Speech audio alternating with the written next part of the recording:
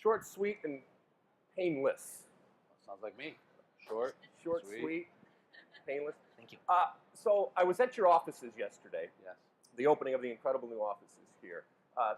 People of power and prestige walking all over in every cubicle in every corridor. Johnny Infantino was walking. I got a couple minutes with him, and I was talking about people in positions of power and how they view the position before they get it and how they view it when they get it. So you've been on this job now for a few years. You saw it from the outside, and then you took it over. What has surprised you about the role and the job and the responsibility of leading Concacaf as the president? It's not so much surprises. It's, when I sort of, even before I took the position, or when I was, I guess, seeking the position, I always had a philosophy which hasn't changed, quite honestly, which was really, and I think to me, it's a generational change that's happening in football, especially at our level. Is that leadership is about service. It's not about power, quite frankly. And I think one of the things I've noticed that in the job in 28 months or 29 months is that there's a lot of people in football like that. And I spoke last night of my 41 presidents, and the amount of work that they put in, day in and day out, for football. Some on a volunteer basis, some for not, they don't necessarily get paid.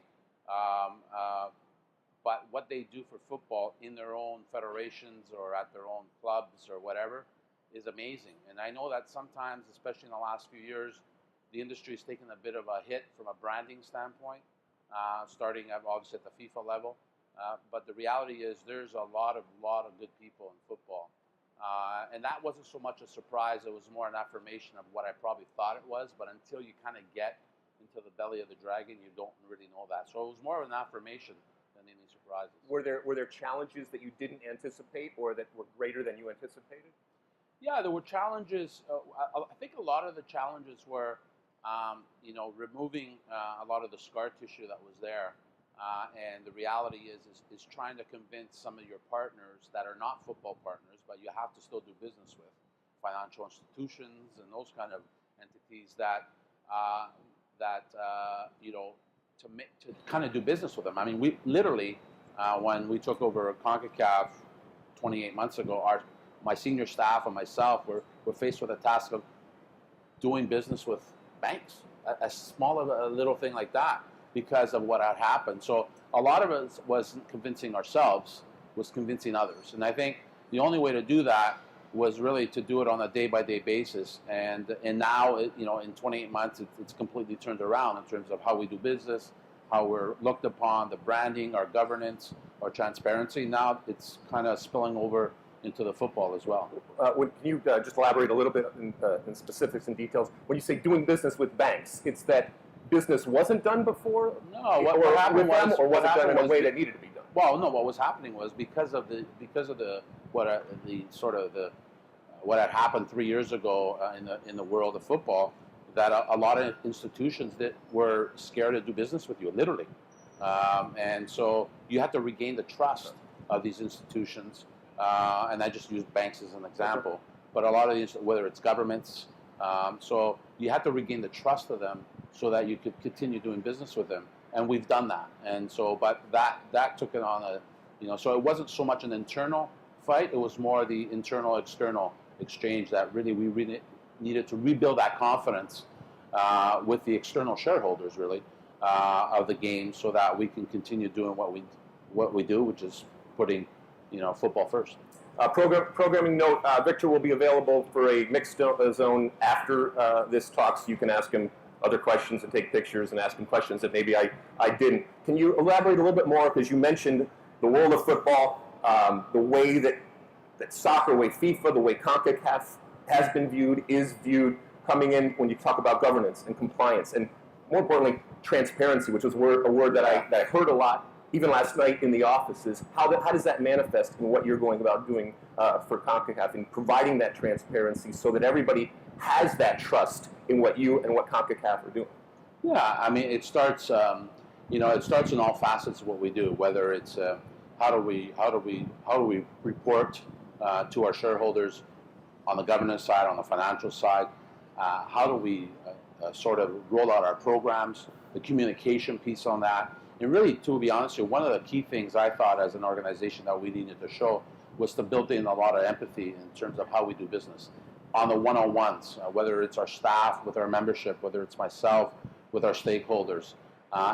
So I think those are the kind of ingredients that we've put into the soup that has really transformed our organization in all levels. And I think so it's not one thing, it's really a series of things. And I think last night, as you said, thank you for coming to the office last night, that sort of was a culmination of this work. Now obviously it's still, for me, it's the beginning, and it's an organic process, and it's not something that has an end, quite frankly. It's something, this is the way we need to continue doing business. Well, the next panel is going to talk more about the club championships and that, but we're going to focus here when it comes to on-field and the competition that's going on a couple of things. Number one, Nations League, and number two, Gold Cup. So I think we have a video when it comes to Nations League. They told me that, so if we have it now, we should probably put that up. I'm going to give it a couple seconds, and if it doesn't come up, then I'm going to continue on. Concacaf Nations League is one of the best things that can happen for us in the Caribbean. It gives all the members an opportunity to play against top competition. We want to show a lot of those big guns that we have what is the Concacaf League will give us this opportunity.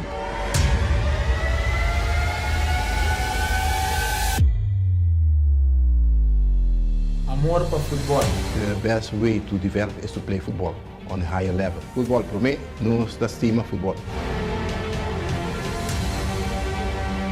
Young players will benefit from this kind of competition. The world will get a chance to see them and certainly hone their skills. Concacaf ha ido dando pasos muy positivos en cuanto a la parte esta competitiva y de desarrollo. Nos ayuda a mantener una escalera gradual de desarrollo desde la categoría sub-15 hasta nuestra selección mayor.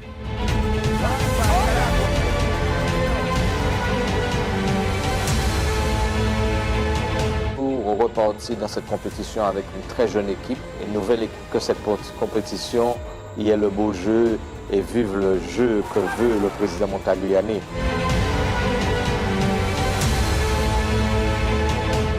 Participer à la Ligue des Nations pour nous, c'est quelque chose de très important, puisque c'est une nouvelle compétition sur la Concacaf.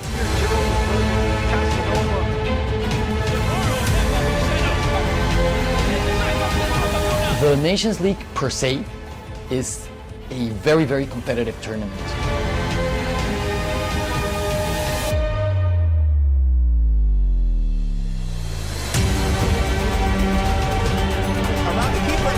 Donc du coup, pour moi, pour participer à une grande compétition comme ça, c'est toujours un bonheur puisque voilà, je suis un joueur très jeune.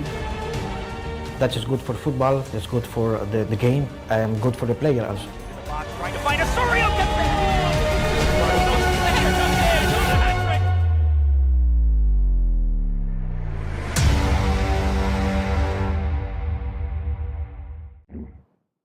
Okay, so I guess the question would be, rather than just saying it's good, why is it good? Why was this done? Why do you think this is going to be successful?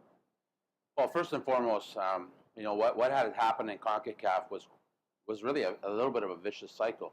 You had too many of our countries that would, in a 4-year span, would play single-digit games. And I'm not just talking about small nations. I'm talking even mid-sized nations. It was very difficult for a lot of our nations to get friendlies. Maybe only some of our bigger nations would easy get in their friendlies. And then we also did an analysis of those friendlies. And some of them are fine, especially when you're playing some of the bigger competitions in Europe.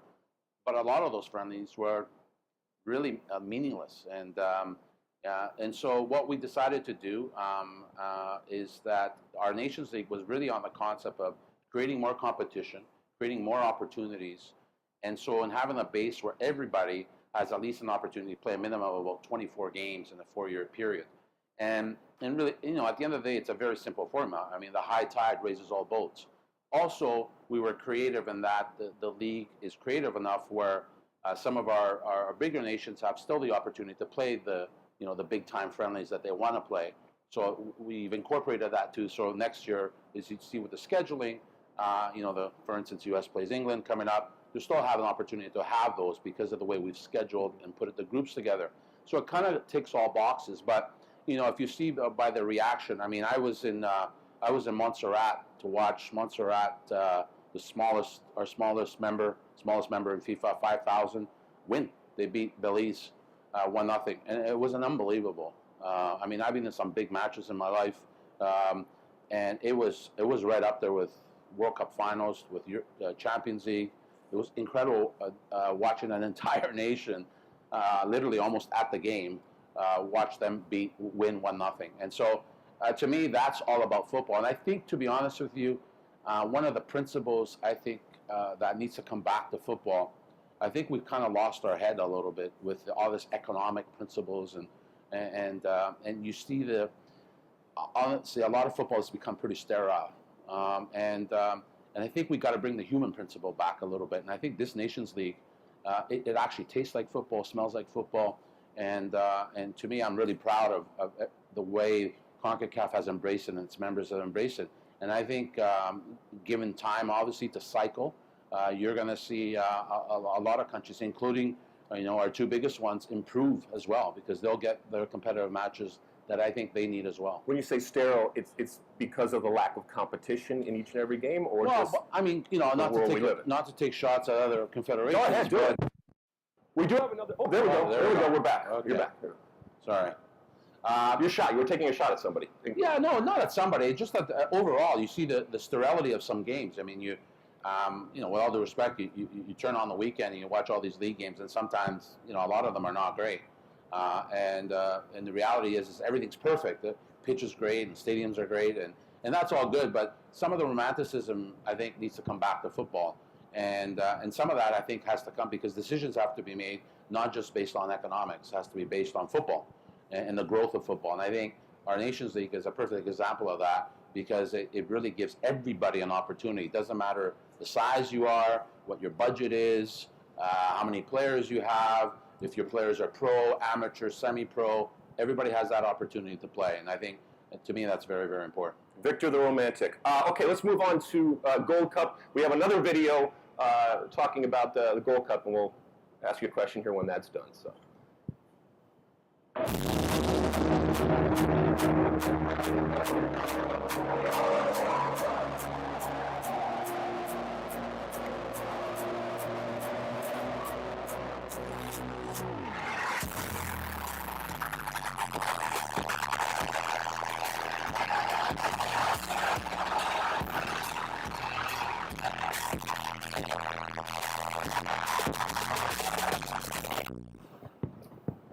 All right, so Gold Cup, something that is near and dear to me and to us over at Fox, being broadcasters of it, having played in it, having watched it, loving it. But it is an opportunity for you and for Concacaf. So can you talk a little bit about how you see it going forward and the things that you are doing to change it, to make it better, whether it's to get rid of some of the sterile nature that you were talking about, or anything else on or off the field with regards to Gold Cup? No, listen, it's our flagship event, obviously, it's had some unbelievable stories, some of them that you were personally involved with, and as you can see, there's more and more. You see some upsets happening.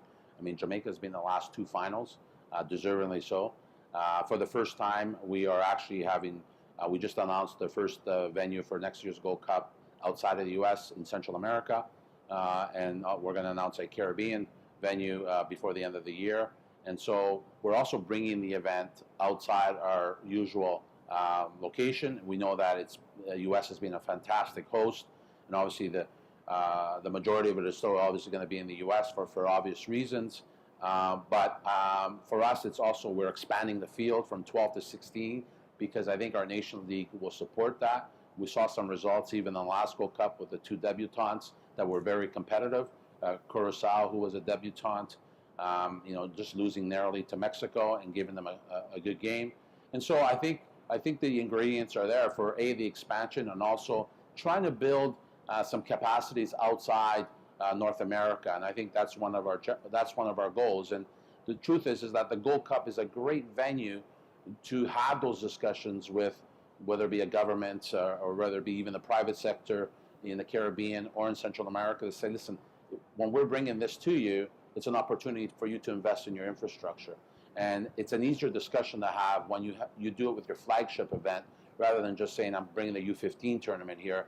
It's a pretty difficult ask for a government to start investing for that. But I think if you use, like FIFA has used the World Cup as their flagship to invest in countries, I think we can use the Gold Cup in a very strategic way to start investing in infrastructure or having people invest in infrastructure, both in the Caribbean and Central America, so that we start building the capacities of the Confederation. Two more quick questions.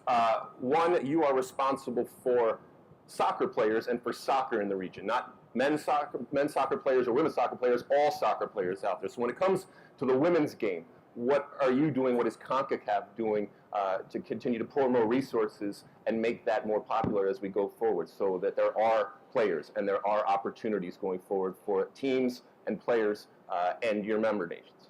Yeah, listen, I think one of the key things is that anytime you lead an organization, or as leaders within an organization, that we have to remember that every time you make a decision, regardless of what facet of the organization, that it has to you always have to keep in mind that the central figure of football is the player. Okay, people come and watch the player. They don't come and watch, with all due respect, the referee. They don't come and watch executives up in the eating shrimp salad up in the suites, or come watch you as a broadcaster. I'm sorry, Lex. Sure. But they come watch the player. So every decision we make has to be, we have to ensure that it's the right decision for the player. As it relates to women's football, we just hired Karina LeBlanc, former international player, originally from Dominica, obviously Canadian, as a fellow Canadian like myself. And so she's going to be tasked with leading that charge, but it can't be on one person. And we saw with the great story that Jamaica just qualified for the first Caribbean nation to qualify for the Women's World Cup. You know, those are great stories, but we have to capitalize on those great stories. Alan Rothenberg, and by the way, congratulations, Alan, well-deserved, a legend, and sometimes we overuse that word, but I think with him it's underused.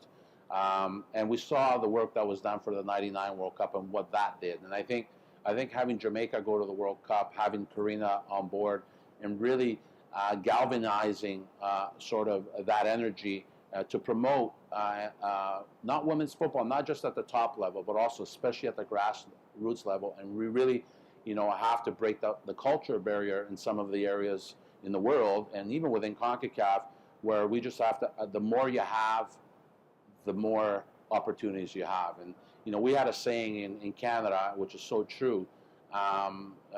We had the iconic Christine Sinclair, and we used to say, you always used to say, more Christine more often, which means we want more of them. But to get more of them, you need more people playing. And so to us, it's a basic formula, and I think we're really happy Karina's on board to lead that charge. Last question. We've already talked a little bit about the wonderful opportunity in 2026 with, from our perspective, our friends and partners to the north and to the south. From a CONCACAF perspective, how can you use that to be the runway that we've talked about to help the region, to help the teams, to help the players, and to help the sport? Yeah, it's a tremendous opportunity. I think first, obviously, it was an honor being, teammates with Carlos and Yon de Luisa, who's here, Decio de Maria as well from Mexico, and obviously my Canadian brothers up north. And this journey started 7 years ago with just thinking about having a joint bid, and so it was a real honor to be part of that journey. And obviously, when you win, is always better. But for CONCACAF, I think it's a tremendous opportunity because, and as Carlos alluded to earlier, yes, the hosts are the three countries, but really it's a CONCACAF World Cup in the sense that that's where the opportunity lies. It's not just because the players that will be playing in it obviously will come from all over our region. It's an 8-year runway, so it's not just the 32 days in 2026. It's this 8-year runway where every nation in CONCACAF has the opportunity to use it as a North Star. And I know already, talking to some of the federations, they're already tweaking their development programs and saying there's no, for instance, a prime example, no use us looking at our senior team right now. Let's look at our U13s, U15s, and let's start building there. So 2026 already changed the mentality of development within our region because they're using it as a North Star. So I think the opportunities are immense. How many teams will qualify from Concacaf? Well, we get 6.5. Actually, we have an opportunity to get 8 because the way it works is the host get 2 half spots. So we get 2 teams that can go to the playoffs. So we have an opportunity to have 8 teams in the World Cup 2026, and really with our Nations League, with our development programs, our goal, our number one goal at Concacaf, really is, and the challenge to our federations, and some of my federation presidents are here, is to have 8 teams at 2026. That would be great. World That would Cup. be wonderful for Concacaf. As I mentioned, the next panel is going to focus on club competitions. I want to thank you. I want to wish you luck going forward, onward and upward. He will be available, as I said, in the mixed zone out back right after to answer your questions and to take pictures. Thank you so much. Thanks, Lex.